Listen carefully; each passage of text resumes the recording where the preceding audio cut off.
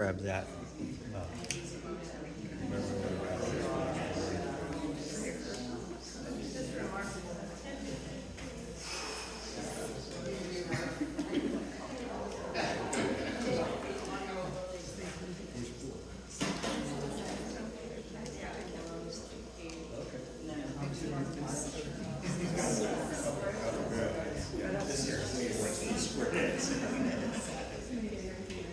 Yeah, because I never know what I'm looking at. Like, I have so many systems to monitor.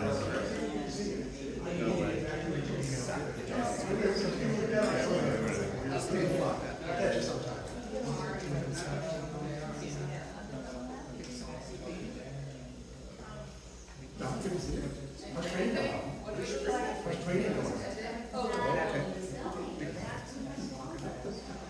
Bring this open the windows.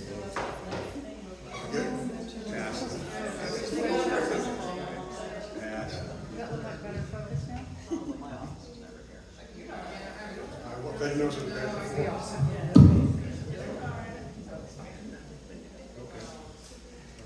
Okay, I guess it's time to get underway. A lot of new faces here tonight, which is marvelous. Please say hello afterwards. I love to meet everybody who's here. For your benefit, I'm Dave Alden. I am the chair of Petaluma Urban Chat. For the ones who are truly newbies, we have been in business for about 12 years now, doing a lot of different kinds of meetings regarding urban planning. Our mission statement is housing for all, non-car transportation, climate action, sustainable municipal finances. Those are our 4 pillars. That's what we try to work within. One of our committees is Know Before You Grow, which is what you're at this evening, which is intended to be an series of educational forums to get the community up to speed on things that will influence their lives that are tied to good urban planning. And reuse of downtown buildings could not be any more aligned with that goal. So it's great to have you all here this evening. I want to talk a little about upcoming events. Again, once you get here once, we're trying to pull you back. We do a monthly lunch. It'll be tomorrow at Aqua's Cafe at noon. Conversation is rarely scripted. It goes wherever it wants to go. Continue conversations from this evening, talk about the general plan, whatever else may come up. It's usually a group of 6, 8, 10 people, and always good conversations. You're very welcome to join us. The next Know Before You Grow will be 3 weeks from tonight. It's August 14th. We don't know where yet, probably here, but not for certain. There is Mid-Penn Housing is a local, regional affordable housing developer. They're doing the project at 414 Petaluma Boulevard North, next to La Villa, corner of Oak Street. They're also doing a project called Washington Commons on Petaluma Boulevard, on East Washington Street, across from the library. That's still bare land, but they're going through the entitlement process. The project manager will be talking to us about where that project is going, what it's going to be. It's an interesting project in that it has really very little parking. Not zero, but smaller than people normally expect, to the point that some of the council members wouldn't support the project. So it'll be a good conversation about how little parking can we get away with. But they made the decision, rather than parking, we'd rather have more housing. Hard to argue with that. So that will be the topic 3 weeks from now. 2 weeks after that, as all of you know, presumably all of you know, Petaluma Transit went fare-free as of the 1st of July. That raised a lot of questions, which is, how can you keep running the buses without collecting fares? The answer is fares were always a very small part of what kept buses running. The city can just reimburse Petaluma Transit for the loss of fares, and everything goes on. But given these uncertain times, the question of how transit is funded has become a key question to a lot of folks. We're going to have the head of Santa Rosa City Bus, Rachel Mead, who lives here in Petaluma, come and talk to us about transit funding in California, and then have the Petaluma Transit Manager, Jared Hall, join us for Q&A afterwards. One more little update regarding Urban Chat. After 12 years, we're getting real. We were approved 3 weeks ago as a 501c3. We could have gotten there earlier, we didn't see a need, but we're doing so many things, it was just getting awkward not to have that designation. Our treasurer, who I would love to applaud, but he's hiking Yosemite this week, took the lead on it, and we got the IRS approval just, I think, the day after the 4th of July. So what that means, though, is we have a lot of big goals and not enough people helping. Anybody who wants to lend a hand, come talk to me afterwards. Boy, can we use more people. With all of that, and I apologize for taking too much of your time. Can we mention about the Crooked Goat on the 21st? It's even on my note here, and I failed to say it. Thank you. I apologize to Catherine for that.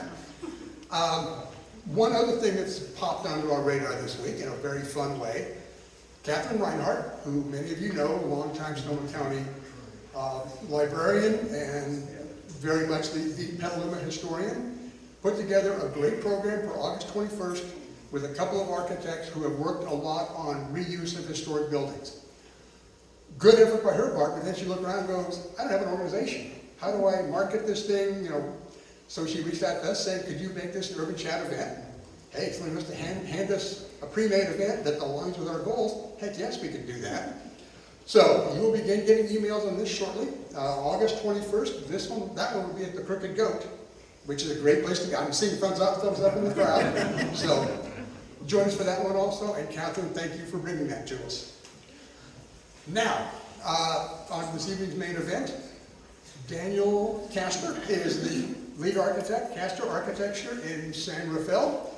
He has recently taken a lease on what we all still call the Seed Bank building, corner of Petaluma Boulevard North and East Washington. He's doing some really cool things with it, and I really should be prepared to say more things about Daniel, but I'm sure he can cover for my laps. Daniel, okay, the mic is yours. Thank you.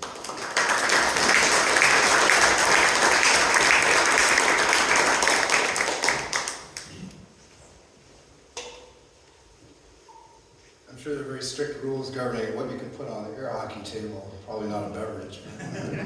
But some familiar faces here. Thank you so much, everybody, for. Oh my gosh, yeah, great. Thank you so much for taking time out of your day to come share some time with us. Families here too. So this is really a family endeavor. This is a terrific opportunity for us to share our ideas with you. And road test some of those ideas. I look forward to a lively question and answer session, hopefully. That can only happen if I stop talking eventually, so I'll do my best. Of course, it takes more time to prepare a talk that is shorter, as you may know. Should we leave the lights on? I guess we can see what the visibility is like. I don't know if you typically do that. I just want to make sure that, yeah, okay, that's probably just fine.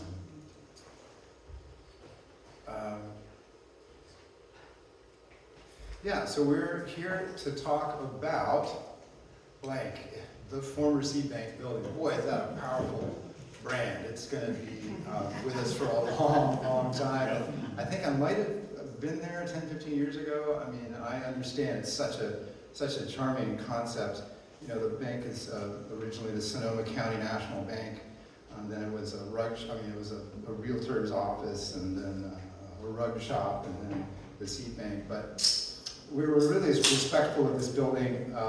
We see ourselves as stewards. We're just tenants. We have a 5-year lease with an option to renew for an additional 5 years. So in a way, unless some miracle happens and we're able to purchase the building, we're just kind of passing through like other people have done before. In the meantime, though, it represents an extraordinary opportunity for us to do something for the building and by extension for the community.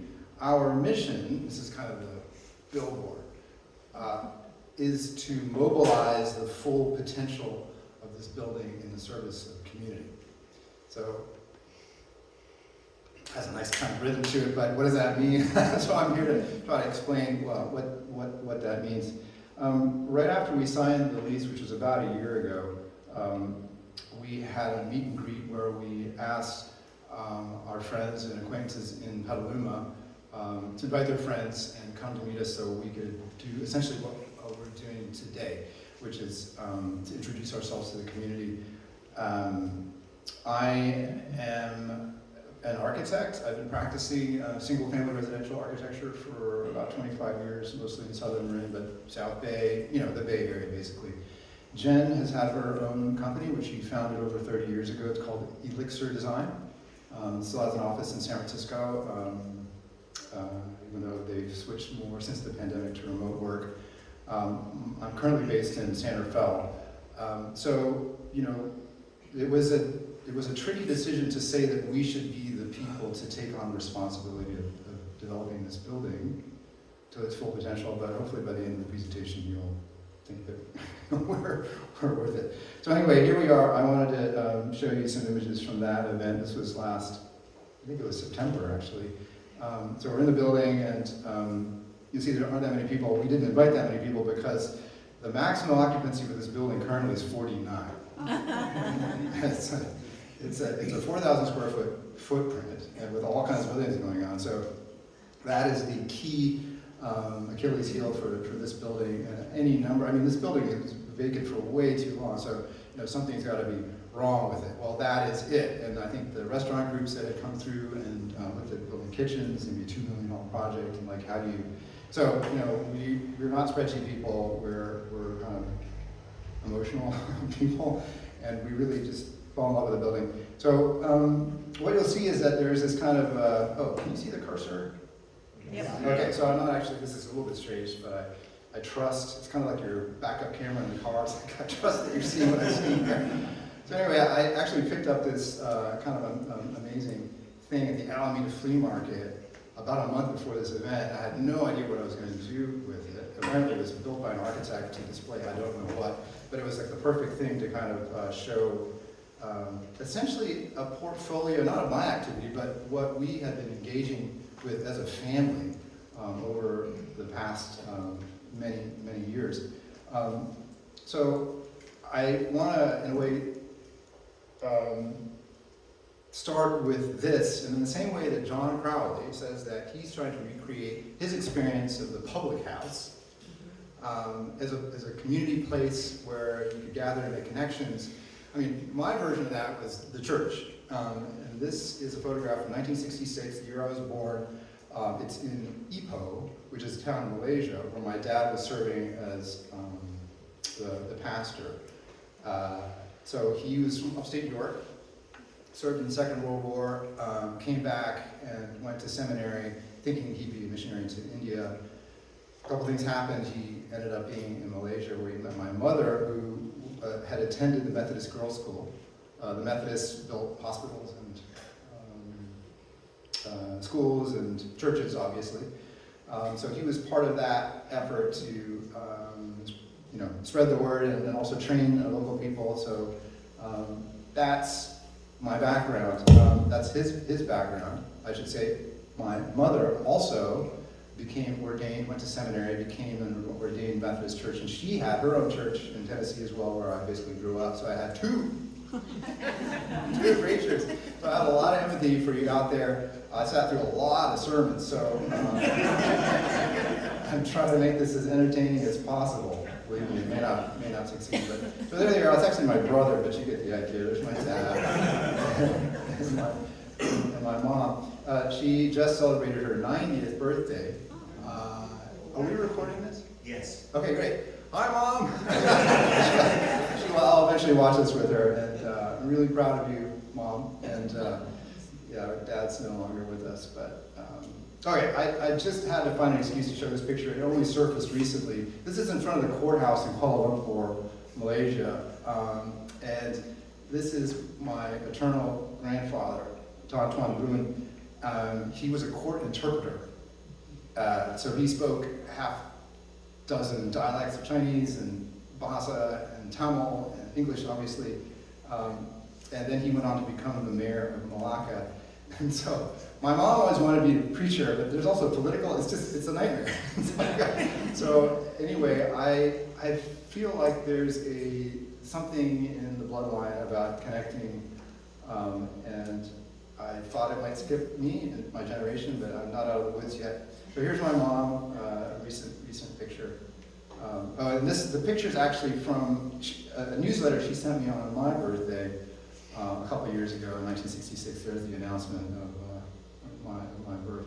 So let's fast forward. I am an architect. I always loved to draw.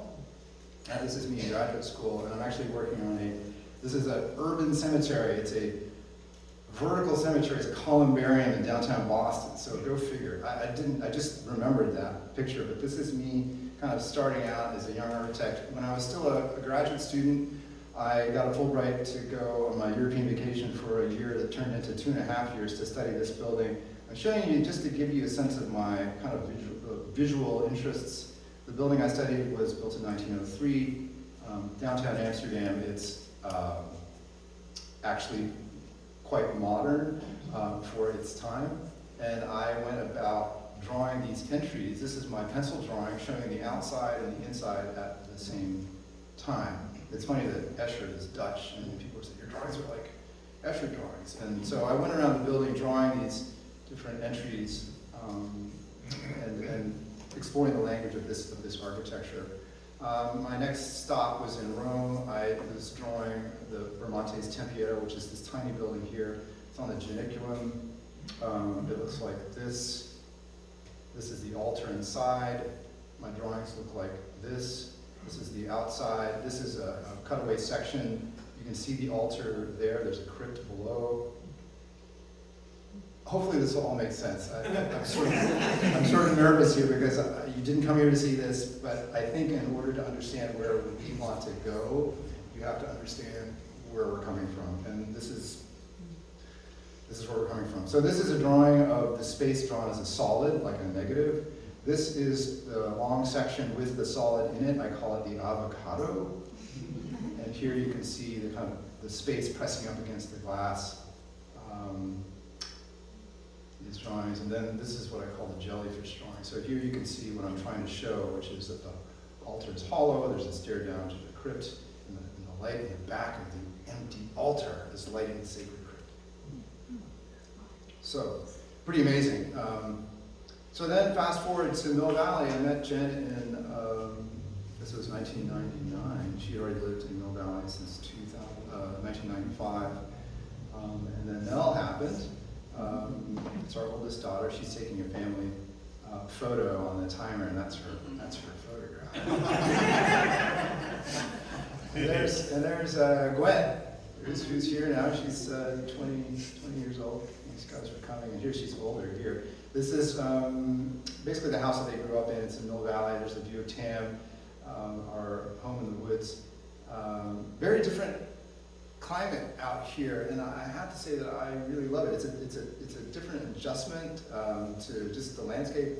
California is an amazing place. Anyway, we were deep in the woods. This was a north-facing slope with a dozen redwoods on it, so dark in the winter.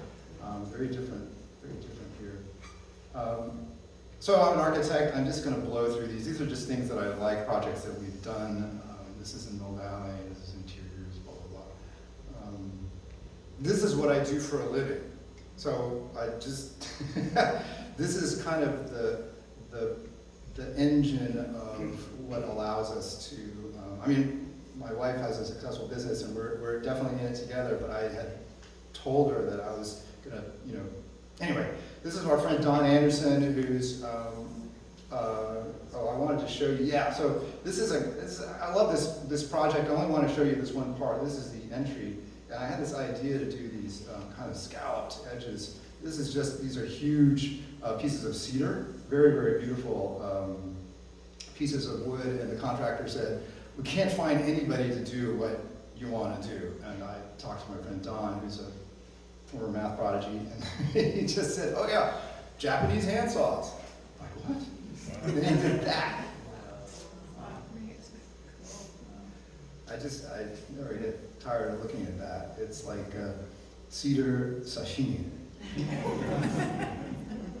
Really beautiful. So that's, we talked to the owners and like, I don't want to paint it, we want to stain it, we don't even want to seal it. It's just going to go gray, and I'll come back in 100 years and see how it looks.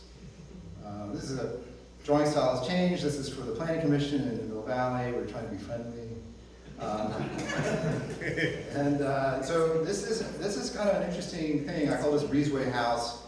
It's an example of how you can have a house that fronts the street, then still offer, in a way, a view into your life in the back, which is not there's typically such a difference between your front yard and your backyard and what you want to be private and you know how it is. But they really bought into this idea, and I think they're quite happy with it. And you know, you can wave to your neighbor on the street and don't come in. I don't know how it works in reality, but the idea is nice anyway. And this is what it's like on the inside the courtyard. And they did a terrific job with the interiors. This is just a kitchen remodel on Belvedere.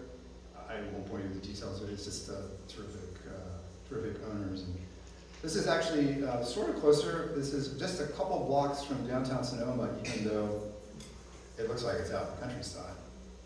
Huge cathedral ceiling in the kitchen. One more. This is in San Lena, all the way north up by the Castor border. Still got that traditional silhouette, but obviously much more modern, much more minimal. The barn doors have open slats so that at a certain time of day the sun comes in. So anyway, those are a few of my favorite things in the world of architecture. Sometimes architecture doesn't work. Hoping that, you know, I mean, we've had a pretty stable run here for the past 10 years, but I really got slapped by the Great Recession. Anybody remember that? I made this drawing in the middle of that. The box wasn't half full or half empty. It was completely empty. It was just a brutal, brutal time. So I had to do something to not go crazy. So I decided to do a children's book called Dream House. This is the first image. It's called Moving Day. So the kids move in and they've got all this junk to play with. So they make the cardboard castle. And they start exploring the house up in the attic. What's that door lead to? Whoops, something interesting going on. There's the what's now called the primary closet. I just want to, I think she's my favorite. But they're all pretty good. So they dress up and go to have dinner. And all the pets, of course. The Captain Hook's feeding the dog, and the kids are over here feeding the cat. And there's the gelato stand here. So. Can you see where I'm going with all this? You can, it's all, let's have some fun. So this is Tubby Time. This is a bedtime night story. I call this bunk bed opera house. So each kid has its own bunk bed, and of course there's the kindly grandmother reading the story. A lot of kids to feed, so this is the walk-in dishwasher. Flying sofa, whatnot, and the kids, are they asleep? Did they dream that? Okay, so I say this picture happens in the middle of the story, but I'm saving it for last because everybody loves a parade. This is in 2008. Jen would wake up early in the morning. She would drive down to downtown Mill Valley and put out these plastic chairs to reserve the best spot to watch the parade. So, a noisy fire truck, but very, very exciting, obviously. We were just getting involved in the local Waldorf-inspired school called Greenwood School. It always felt like it was on the verge of going out of business, so it was all hands on deck. Jen was part of the leadership committee, and I mean, you know this. And she said, you know, we, as part of the outreach, we should have more of a presence in the Memorial Day parade in a way that embodies our values.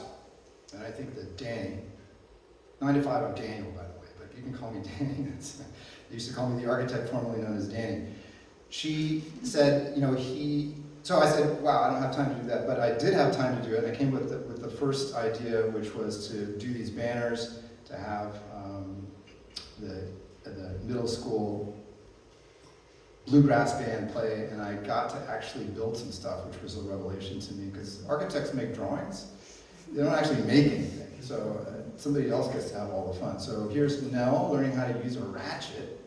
So that was pretty exciting. We built this frame out of fallen redwood trees, and here's our parade effort. And then here's the middle school bluegrass band playing. It was so much fun. And then give us a big smile. That's Nell. She's in the kid wheel, and then we have another big wheel behind. I just want you to see it rolling. The funny thing is, all the families with little kids, they didn't come to the parade that year. They were afraid. understandably. Okay, so we did this, there was some pushback about the messaging that year, a little too frivolous. The veterans groups were saying it's Memorial Day. So this is Silver Star, and we actually carried this on its back like a fallen soldier. And there were a couple of opportunities when somebody would spot a veteran in uniform, and we would raise the star as a salute, and that was electrifying. It was one of just the best moments in the 10 years that we spent doing parades. And that was a lesson that, I don't know, that you can really have such an impact, you know, as an architect, especially as one doing single-family residential, the audience is very small. I love helping people and improving their quality of life, but you know, when you're doing something that's community-oriented, you feel like you have so much more, you know, fill in the blank, whatever you want to say. So here I'm getting more explicitly geometrical. This is a 20-pointed star. It's called a stellated dodecahedron, and each of the points represented a veteran. So here's Nell and her friend Izzy painting the names of the 20 veterans and where they served up here, their name, which branch of the military they served in, and then their dates. And so this is what it looked like marching. Here you can see the names there being carried. We switched the rainbow banners for the red, white, and blue. Now they're separated, and it was a windy day, and it was really so much fun. William R. Reed, Richard Strider, Earl Frank, Ronald Miles, John Shannon, Trevor Turner. So anyway, this was in 2017. There was a lot of controversy, a lot of opinions flowing around about the flag. And I wanted to address that somehow. So the idea was kind of a hybrid between the maypole celebration and the ribbons and the flag. So here's Gwenny and Jen painting our own silk flag. And we would carry a banner in front of it with the words, "It takes every color to support the red, white, and blue." So this is the color. This is Jen doing her color magic. And then this is kind of our Iwo Jima moment. I bought this piece of bamboo from Bamboo Sorcery in Sebastopol, which is a magical place. Getting it home is quite the odyssey. But you can see that you never know when people are going to show up, how many people are going to show up. And you can see that, yeah, there's a bunch of burly guys at the bottom of it, but there's no way that thing is standing up without everybody tugging on a ribbon. So that was really just a lot of fun, and that's a really tall flag. So I wonder if I'm doing something. I have not been able to figure it out. Yeah, okay. So, I'm sorry. No, it's okay. Okay, so the final of the 10 years, I feel like this is taking too long, but hopefully it will. No reason, we're just doing a dragon. Fun. Gwen's going to graduate, and her graduating class is going to ride in the top. And so this is us building the dragon into the night, late into the night building this, and then this is what it looked like. And there's the graduate. It was a very small school, as I explained, and there are the graduating 8th graders up in the top of it. Okay, so this was my cubicle office in Mill Valley. Looks like an architect's office, right? The pandemic hits, and I think, oh my gosh, here we go again, another recession. I'm going to throw everything in storage. Well, I was looking for storage, but instead I found this place that's halfway between San Quentin and Home Depot. Super high rent, charming building. It looks like this, but the inside looks like this. So I saw this and I thought, wow, somebody's going to have a lot of fun with that. Sound familiar? That's way too big. What am I going to do with all that space? So I looked and looked and looked, and everything was just, this was head and shoulders above the level. And I had the family come and take a look at it. Jen said, "You're daring yourself, aren't you?" All those years whining about, sketches, I want to build this and whatever. It's just like, okay, we have the bandwidth. The girls are about to leave to go to school. So this is a pivotal moment when I started making stuff like this, where the triangle face one point. If you can find that point, then you are in every mirror. It's essentially 1/20th of a buckyball, an inverted disco ball. So I want to make something like that, but out of these big triangles. We covered the triangles with mirrors, and you can see us assembling that like this here. So it ended up looking like this. I'll take you on a little tour. This is 1-inch thick Baltic birch plywood, incredibly heavy, incredibly stable. I was worried that any bending would affect would crack the mirrors.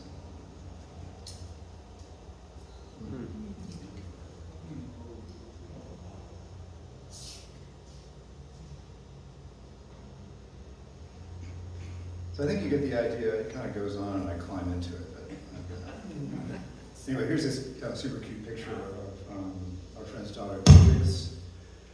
She's in it, and I love this picture. It shows you a couple. So there's obviously her thumb, and there's her thumb. That's her mom, Dante, taking the picture, and there's her dad. And you see, he's actually holding one of the mirrors, which is on a piano hinge there, so you can actually climb in it, and somebody can close the door behind you. If you're interested, just call me up and come over, and I'll let you experience that if you want. Anyway, this is a camera obscura. I'm curious, how many of you know what a camera obscura is?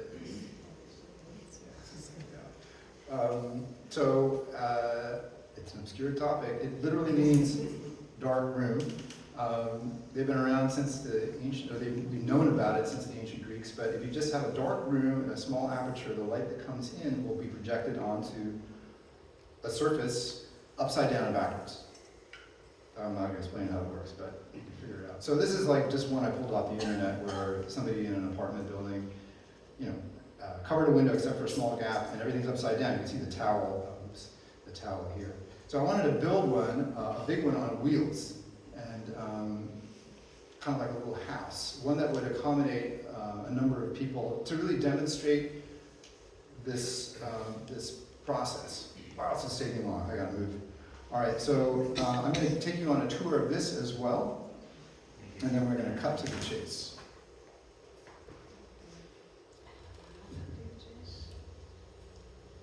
So that's the aperture that the light is coming in. There's kind of a bellows to shape where it's being projected on the opposite wall. It's on wheels because I want to roll it around and choose where to look. Why would you have a camera obscura only looking in one location? There's 2 black doors with weather stripping around the edges to eliminate all light that comes in. This is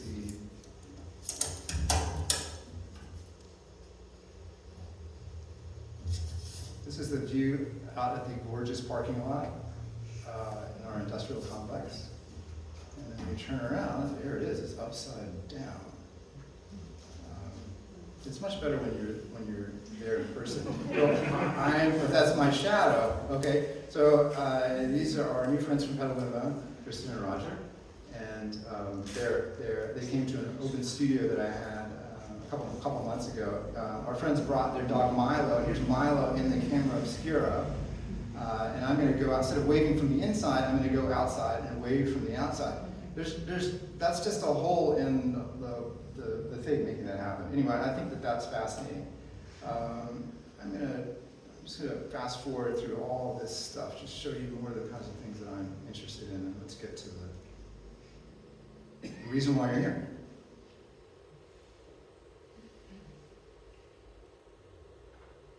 This one's pretty fast. This is the great Castor dodecahedron. It's 12 feet in diameter. I just wanted to know if I could make it really big.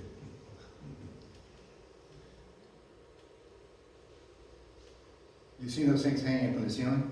Yeah. Okay. There's more where those came from. So anyway, it looks like that. This is my intern. I'm trying to spread the word about geometry. This is sunflower for Ukraine. I was really upset about that. The Marin County Fair asked me if I would do something on the theme of art, agriculture, and community. And this seemed apropos, so a lot of people chose the sunflower as a symbol to express their solidarity with the people of Ukraine. So I wanted to make one, not surprisingly, as large as I could. This one's kind of long, I'm gonna skip it. This is what it looks like. Well, So that was at the fair, and then it went to Sacramento to the Cal Expo, and they still have it. Okay, so this space that I had, we wanted to have events there. This is a summer solstice event where I hung candles in the shape of a sphere. And the community gathered, and we took turns lighting the candles. And that was really kind of a neat thing. My space, though, isn't zoned for assembly. So I thought, in 3 to 5 years, maybe somewhere up US 101, we'll find a building where we can do something. But you know, years away. And then somebody called me about a project down in Cleveland, out here somewhere. And yeah. And then I saw this for lease.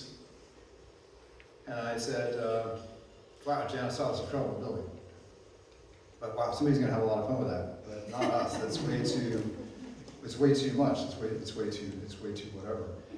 Long story short, a month later, we asked to see it. Is it a sign that the chains are in the shape of a heart? What does that mean? Super overwhelming. I mean, you've been in the space, most of you, I can imagine.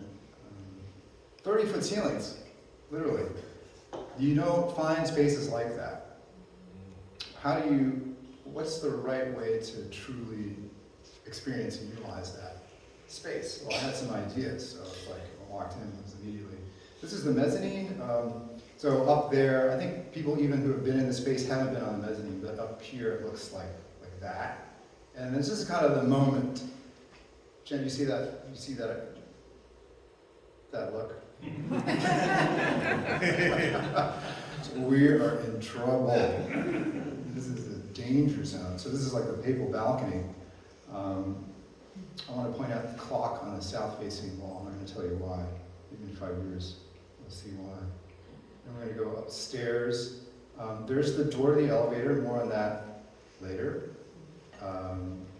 There's a second mezzanine, mezzanine 2, which is kind of going to be just kind of back of the house. These stairs are not really to code, so there are limited things that we're going to be allowed to do in these spaces. I think the basement is fair game, but you know, you can see it's in a state of disrepair, and we're doing what we can to bring some of this stuff up to speed. And then the roof. You probably haven't been on the roof, and if you look around, there's a lot of rooftops, but this one's pretty high. And of course, anybody who goes up there asks us, so are you gonna have a cafe up here? The short answer is no, because we only have one stair. So unless somehow somebody can introduce us to the owner of the clock shop next door, and we were somehow to acquire that space to build a stair, and a kitchen or something like that, I don't know. But one thing at a time. You'll notice the flagpole, it's in kind of sorry condition, more on that later. But underneath that roof is this beautiful space. The space is between the roof and the ceiling of the space below. And you'll notice that the florets in the ceiling are actually vents, they're registers. And there's a huge turbine in the penthouse that draws air from the top of the space and remixes it. This is the gorgeous stair to the basement. Code requires us to put handrails on not one but both sides of the stair, which is really a heartbreaker. But okay, safety first. You'll notice the beautiful mural on the ceiling. I believe that was painted by the Seed Bank folks. They also must have done these. Super charming, kind of up in the transoms around the basement windows. This is the vault door. This is, you know, the Roaring 20s. There's the vault. Okay, next to the vault on the wall is this. Anybody, Petaluma Seed Bank, as sort of Mona Lisa, her enigmatic, if anybody can figure out what she's thinking, let me know. She's obviously staying, She's in a position of authority and she's behind the wire. But what is she doing here? I don't know. Yeah, so she, apropos of that, these are the owners, Raphael and Ruth Vega. They flew back from Israel to sign the contract. Daniel, I like you. You got a really good deal. We negotiated for 4 months, and he was like a rock. But very, very sweet couple. And then we live in the state of California, and apparently I can't just wing this. If I'm married, we're in it together. So this happens to be Father's Day, and Jen and the girls came. So we're in it. We're in it. And this kind of says it all. It's like, Dad, what did you guys into? Anyway, what a space. And here we are sailing off into the future. So I want to mention Diane Schlachtis. She's been our bookkeeper since 2007. She lives in Petaluma, and when we first started talking about the idea, it's like, Diane, this is crazy. She's like, know what you want to do. I think people will really support it. So if you don't, talk to her, because anyway, she gave us the confidence to think that we, coming from Mill Valley, I mean, this is such a sensitive building. It's so charismatic, so beloved. We just want to make sure we're doing the right thing. So this is the first event that we had in the building. It was for friends. It was a few weeks after we signed the contract, and you can kind of we're just sort of shell-shocked. But we invited our friends to kind of look at it, sort of like the opposite of a lottery-winning party. It's like, oh my gosh, we're gonna be so broke. Anyway, these are our friends. We told them, look, we're doing this actually for you. It sounds crazy, but we just want a way to connect. So yeah, here we go. So I had my Martin Luther moment. I don't know if you know what I'm referring to, but right away we wanted to get something up that would kind of explain what we're doing. So I posted these 2 things on the door, and the first thing is this joke. Please complete the sentence by choosing from the following options. The Sonoma County National Bank would be a great place for a blank. So birthday party, art exhibition, fundraiser, book reading, goes on and on. And option Z is all of the above. The answer is Z. So the building is called Hall of the Above, a community event venue in Petaluma's iconic landmark building. It's a lot of words. Maybe we should remove some words. And then there's our letter, Dear Petaluma, October 6th, almost a year ago. We are the new tenants. This is why the building's been vacant. This is what we propose to do about it. If you're interested in renting the space, we're not ready, but you can follow us here. Thank you for your patience. We look forward to welcoming you into the building. Okay, first up, first order of business. It's 7:43. Okay, I'm actually okay. Calm down. I saw the flagpole. I thought, wow, we're gonna have so much fun with that. But look at it. Can you just tell? It's just, there's hardly any paint on it, and the ball at the top is askew. I thought, we gotta fix that. I had so much fun with that. How on earth are we supposed to either replace that or repair it? And I found somebody called a steeplejack.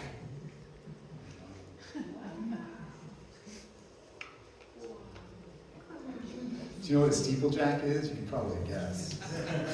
Somebody who's stupid enough to climb up on church steeples and fix shingles or whatever.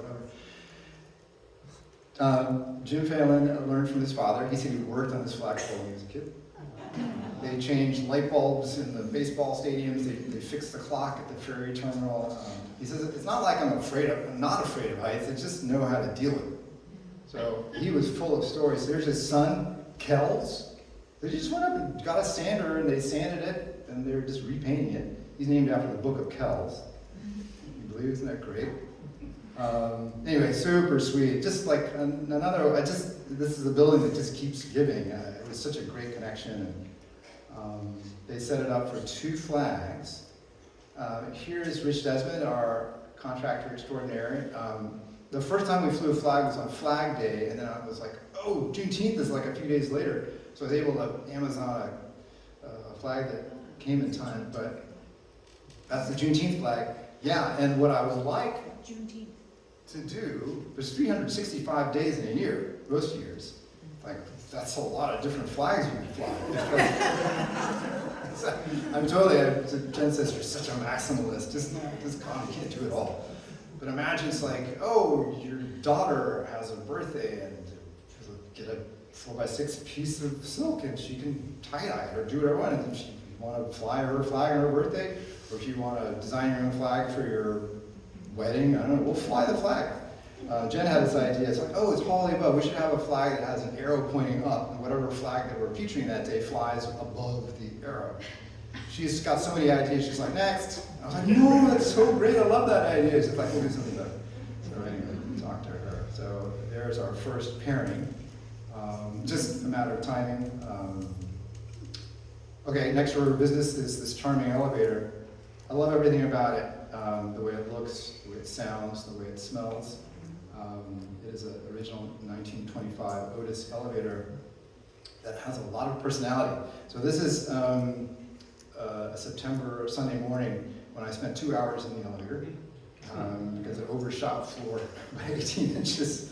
And I called my family, they're like, are you okay? Because I have a history of claustrophobia. Anyway, Diane came and took the pins off the hinges and released me. Anyway, so this is our, I'm not going to blame Rob Cotton, but he's our elevator whisperer, and this is the beast. This is what it looks like. It is the real thing. I mean, I don't want to look, just look at this thing. I'm not sure I want them to make them like they used to, but sure does look great. Okay, speaking of history, this is Connie Williams, who's a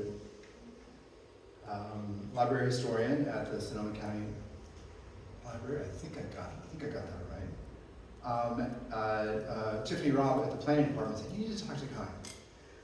So I did, and boy, I'm glad that I did. She unearthed this article. Get this. This is an article marking the opening of the building, describing who spoke, who gave the flowers, what were in the flowers, all kinds of stuff. So we have a date, April 25th, 1926, and I find this very humorous because in the entablature it says 1925. But anybody who knows anything about architecture and construction knows that schedules aren't always. So they overshot. But the great thing is that we now have the date of the centennial. So that'll be April 25th, 2026. So we have time to plan. We'll do a straight up shindig. In the meantime, Connie then introduces me to Catherine Reinhardt, local historian extraordinaire. And her husband Bill, they came to look at the building. I was like, Catherine, can you help me find some pictures? She said, yeah, I can do that. So she found a number of archival photographs at the Petaluma Museum and also at the library. This is a construction photo.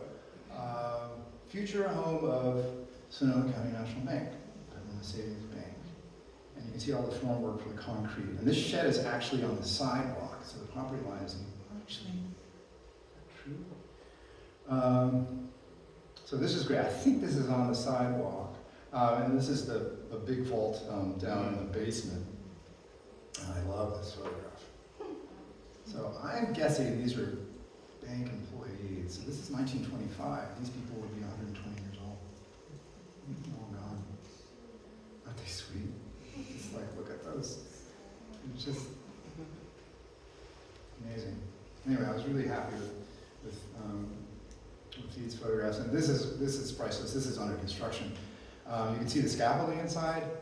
You can see the mullions have been placed with the glass knot. You can see that shed that I was saying was on the sidewalk. They might have moved it actually, but is that a construction safety sign? I don't know. Anyway, great stuff. And then this is just such a beautiful photograph. And lo and behold, it's like, how do they keep the sun out of here? And sure enough, you can see, next time you go into the building, you look in the headers above the windows, is there like a blind hiding in there? And there were just hooks where you would have secured the straps for the Venetian blinds. There it is, MTM XX5, 1925, ha ha ha. Sonoma CO National Bank, and then we kind of stretch it out over here. Okay, so this is really the winner. So Jean Paul Lorenzo was asking me, is there a mural hiding? Because this would have been an incredibly loud space. And so somewhere along the way they added acoustic tile. They didn't remove the clock, but they added acoustical tile on the walls, in the panels, within the panels, and also on the ceiling. And you know what they did was they took out every other rosette. How annoying is that? They placed those with acoustical tile, and the first time I turned on the lights overhead, I just about fell down. It's so horrible. It's like a fluorescent light. But look at these light fixtures. Can you believe it? Those are somewhere. Yeah, those somewhere. Okay, let's talk about the flowers. As per, Catherine's like, you know, I think this is, remember all I talk about the flowers? I think this is on opening day. Success. I think she's right. Finally, we can see how they arrange the booths. If you go in the building now, you can see indentations in the floor. They're always a pair right next to each other. And I've always surmised that they were worn grooves by people standing at certain locations. So I mean, it's a beautiful floor. Jen thought it would be fun to do kind of a old style engraving style. This is just a pen ink drawing I did. That'll feature on some of our contracts and maybe some other documents or t-shirts and like that. So the Petaluma Downtown Association said, you know, we're coming into the holiday season. Can you just do something to liven up the building? I said, sure. So I'm just kind of a one-trick pony. So I just do my geometry.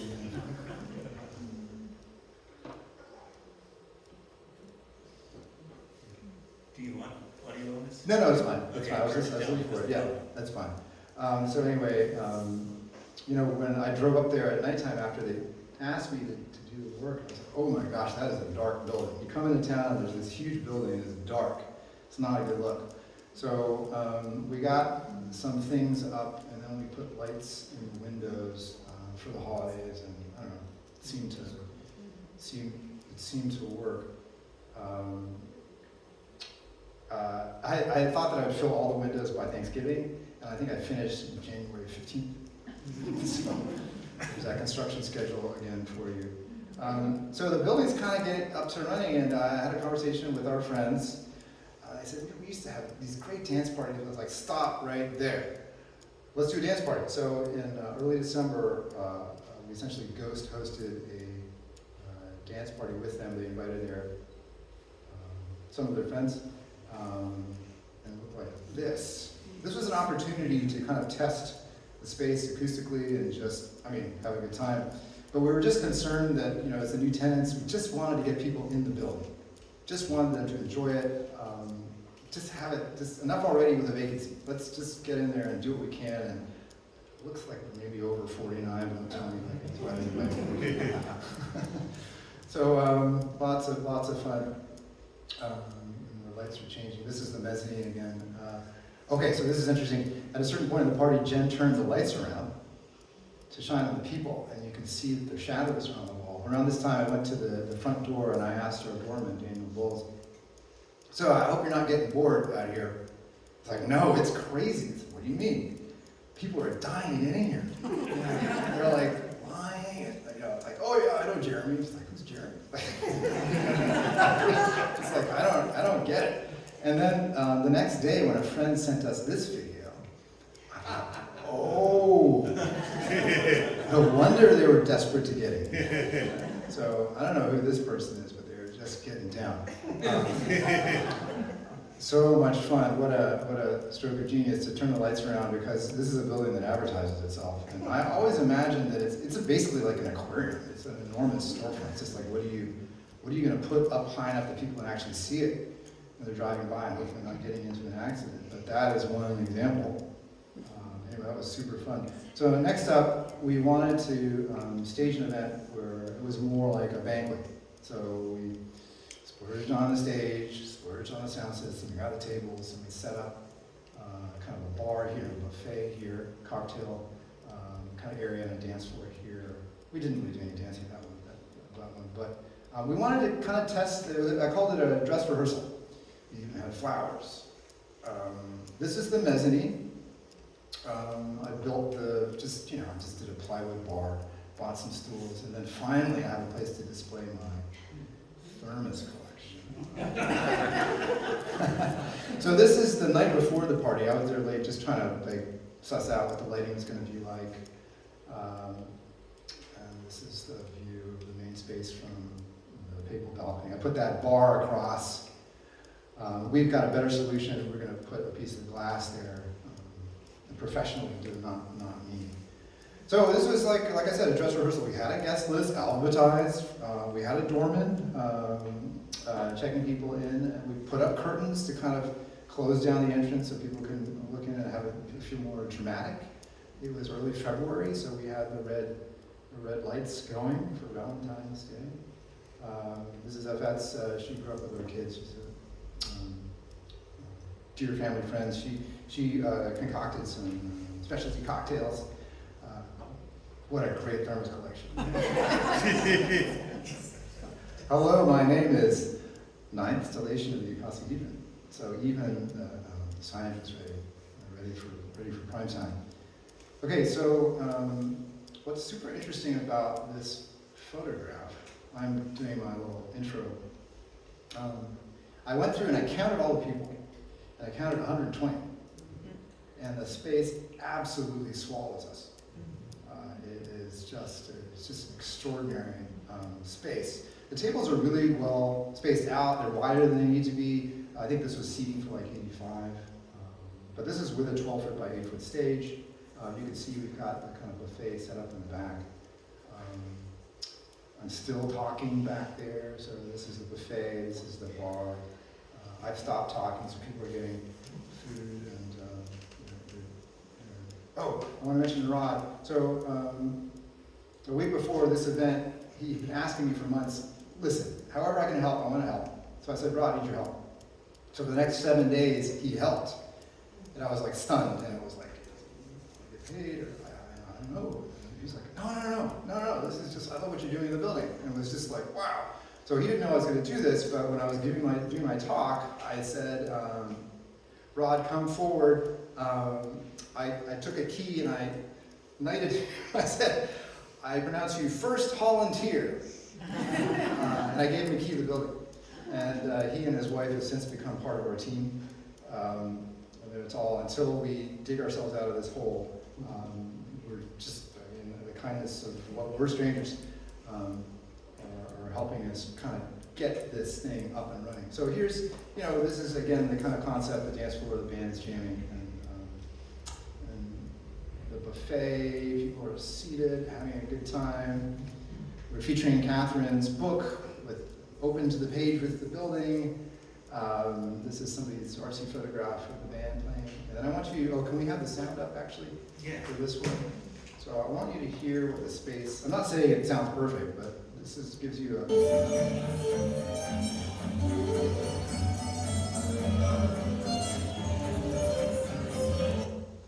So you can hear that it's super resonant, and if it was a rock and roll band, you'd be running for the exits. So I ran into somebody at this party who said, I've been looking at this building for years, I'm a sound engineer, and I want to tune this space. He didn't give me his name. So I'm like, what? Rewind. So maybe it's a friend of yours, John, I don't know. Anyway, hopefully it'll turn up again. I mean, we know a lot of musicians, they have opinions about how to do stuff, but we're just trying to open the building, but that is for sure something that we're going to work on, because this is a natural place for musical events. Okay, so, oh wow, okay, so now, I'm sorry, I'm just taking way too long.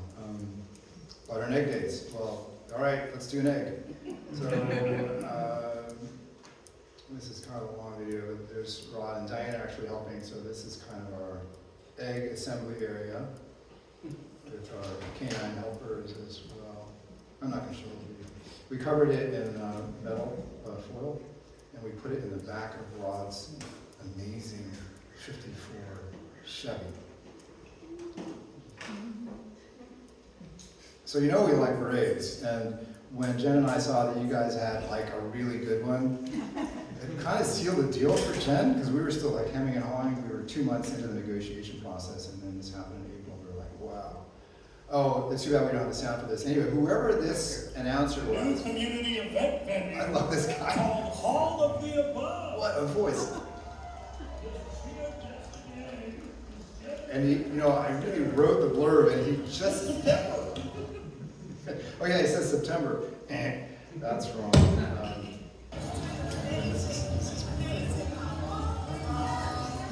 All right.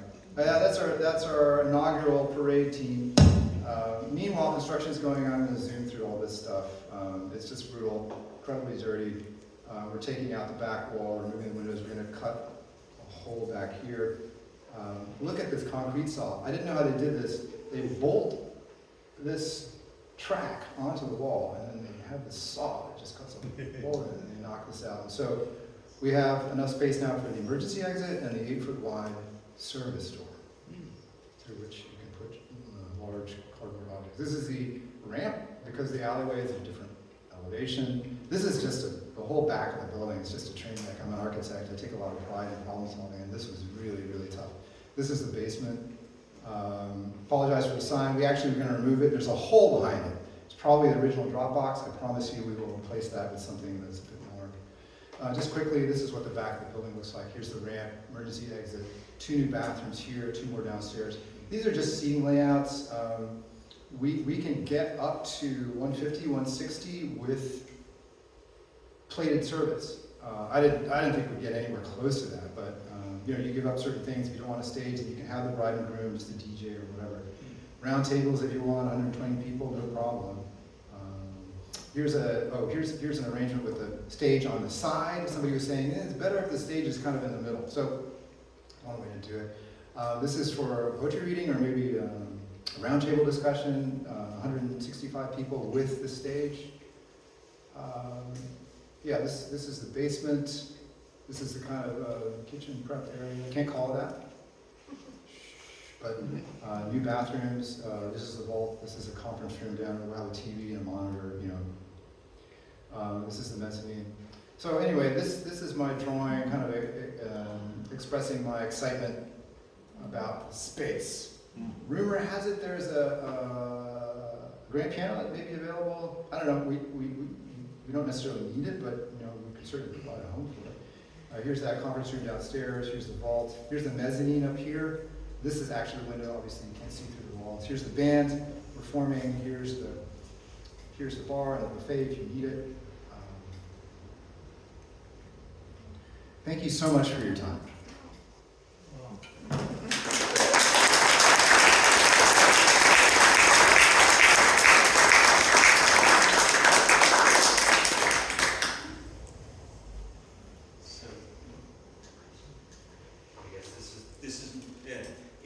If we do questions from the audience, either I want to get this working or repeat the question, please, for the recording. Okay, let's do that. That seems easier, right? Yeah, I think so. Yeah. Okay. So the improvements that you're in the middle of or have done, 4 bathrooms, the big door out the back, does that now allow you to legally have 120 people events, or is there more work you need to do in the building to get to that point where you can do that? So the question is, if the work we're doing will allow us to have up to 120 or more people, and the answer is yes. The permit is for maximum occupancy of 250. Okay. So really the limitation on the number on the main floor is just about seating. So we're up to 150, 165, something like that, depending on the seating arrangement. But the building itself, if it's just standing room only, then you can have 250 people. But by Cruz County, I mean, like I said, there's the whole basement is the same. It's another 4,000 square feet. I mean, some of that's bathroom and the kitchen prep area. And there's the mezzanine. That also is not technically available for events, but for the bride, maybe, who knows? Is your office in there? That's a great question. So I, in the kind of heat of the moment, when I saw this view, I thought, well, I want to be there. But it's like, wow. Like I said, it's the papal balcony, and I'm, And the other issue is like if you're renting this space, I think it's gonna be too distracting to have an office there. The second mezzanine above actually has nicer views out the back and has a skylight. It's more private. So that's a terrific office. We're still in the process of absorbing the shock to the system of trying to open this building. So, you know, no talk about moving or my office or whatever, we're just taking it one step at a time. Hopefully if we can get some event rentals and some income, some revenue from the building will help offset the, you know, substantial monthly costs, not to mention the 1 year of carrying the rent and the construction improvements that are going into this venture. Oh, I didn't repeat the question. I think you got it covered. Okay, John? Launch party date? That's a great question. So I was all, let's Labor Day weekend, and then the next Saturday is like it's the best. The fall has so much energy, and every week I saw the contractor. I said, "So, are we good?" It's like, "Yeah, we're good." And we don't want to have to stop construction, clean up, have a party, and then do more construction, and then clean up. So we're just relaxed. Jen said this from the very beginning. She's like, "Can't we push it out a little bit?" And you know, it's a revenue thing, sort of, but it's also just kind of timing. So right now we're looking at the second Sunday in October, and instead of having a kind of a private party, which we've already done, that dress rehearsal, which is kind of like, we tested it. I mean, we'd be testing the seating and whatever, but this really ought to be an opening, like an open house, where we're just a Sunday afternoon. Sunday's better, I think, than Saturday. Open the doors. We'll have some music and maybe some popcorn or whatever, and people can stay as long as they want. And that way, so that's our target right now. October 13th is the opening date. That was the question. Hi. Is this self-financed, and is your regular business going on simultaneously to all this? Yes and yes. Wow. Okay. The question is, are you crazy? Implied. Diane, our bookkeeper, said, well, you know, when you do a startup, you're supposed to have like a year's worth of living expenses all of that. And we don't have that luxury, so it's a heavy lift. But it's really exciting. I don't want to whine or complain. It's really, really exciting. Anybody else? That was easy. Okay. I don't really have a question, but I just want to say how exciting this is. I mean, you said it already, this building's been vacant for way too long, and what you're proposing, I think, is so stimulating. I just applaud you and your creativity. Thank you. Thank you very much. Once again, I really, okay, yeah. Well, I'm just wondering practically, practicality of it all, as in the city, of what they have asked of you. Like, what about parking? That's a really sad and simple answer, which is, it's not zoned to require parking. We were very, very lucky that somebody did, I feel like we're standing on shoulders of people who came before us. One of the previous tenants negotiated with the owner to install a sprinkler system. I think it was like a $250,000 job. Wow. So we came along. And when I first saw the building, there was a sign that said price reduced, and it was really, really reduced. When we were on our backs thinking about the cost estimates that came in, I reached out to the owner and I said, look, this is crazy. He said, Daniel, I like you. I want you to succeed.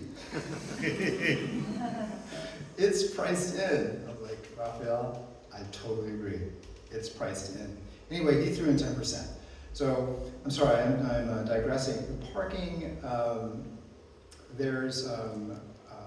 I've watched other people respond to the same question before, so I'm just parroting them, but there are parking garages.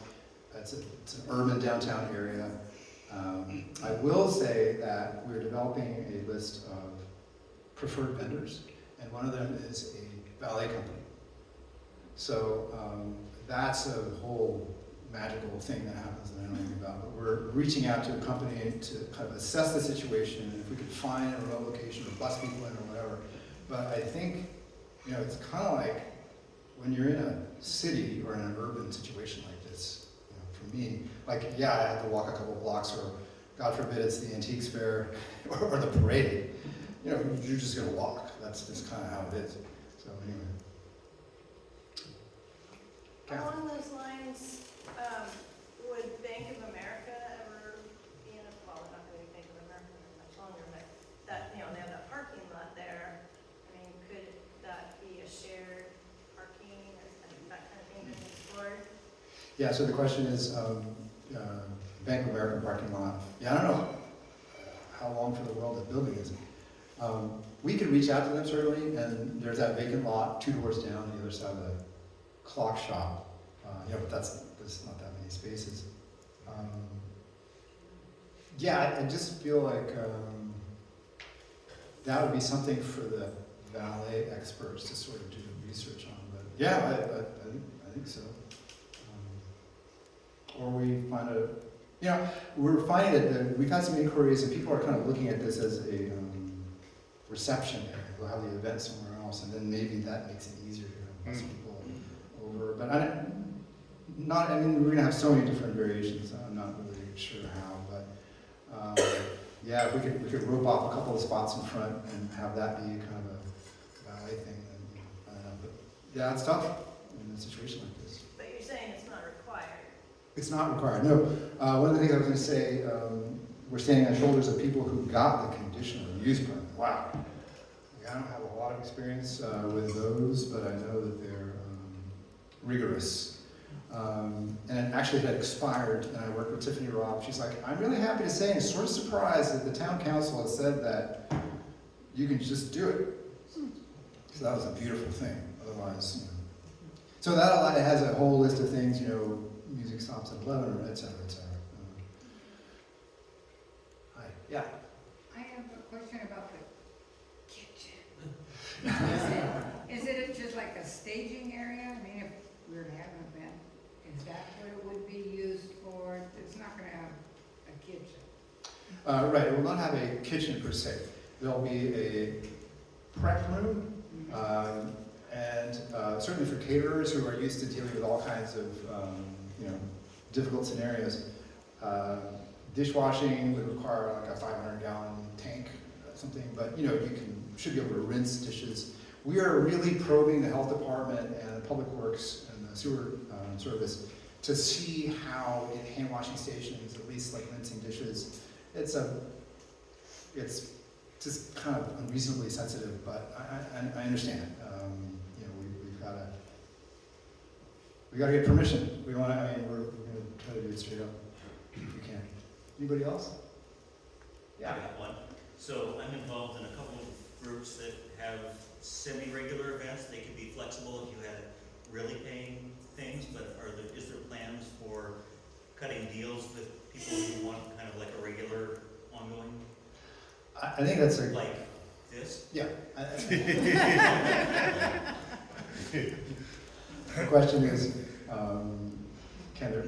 how flexible is the pricing structure for events if there are repeated events, relationships? Yeah, for sure. That's all to be determined. We're still trying to finalize our rates for, this year is kind of like,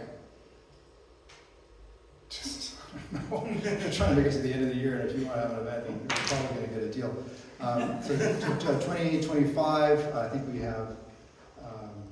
settled on some rates. It's dynamic pricing, so if you want a relationship where you're going to guarantee us a certain number of events, we can certainly talk to you. We've discussed having discounts for nonprofits. Seems like the right thing to do. We're also looking at the other end of the ledger with our monthly and the sort of. So we have a year. We're starting a year into the 5-month term, and the goal is to try to recoup everything by the end of the 5-year stage, and then we'll decide if we want to continue for the second 5-year period. It'd be nice to think that we'd actually make some money. It's not a non-for-profit, and I just honestly don't know how that's going to work out. But to answer your question, yes, we're open to discussions for having events somewhere. Yeah. The 2 bathrooms in the basement, those use sewage pumps? So there's an ejector, all the sewage goes to something in the basement, and it's all pumped Yeah, out to the. uphill. Yeah. So there's a total of 4 bathrooms, 2 down and 2 on the main level. Have you approached existing hospitality venues, hotels, to see if they would want to feed off of this space, for space that they themselves don't have, but they have the audience or the demand? We have not reached out to anybody in that way, but we'd certainly be open to suggestions. And actually, you know, just as a broader comment, we're looking for ideas and feedback, and other opportunities that you see that we don't know about, where we can partner with people and help each other out.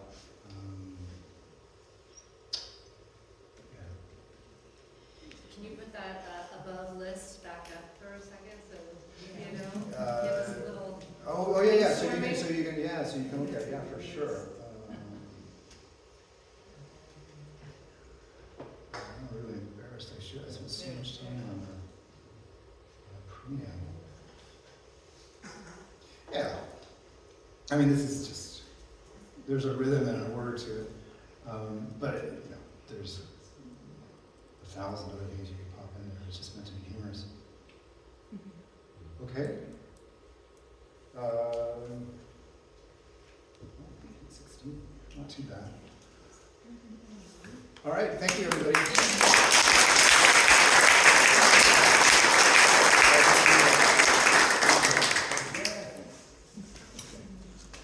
Thanks for being here. Hope we'll see you again in 3 weeks for Washington Commons and onward from there.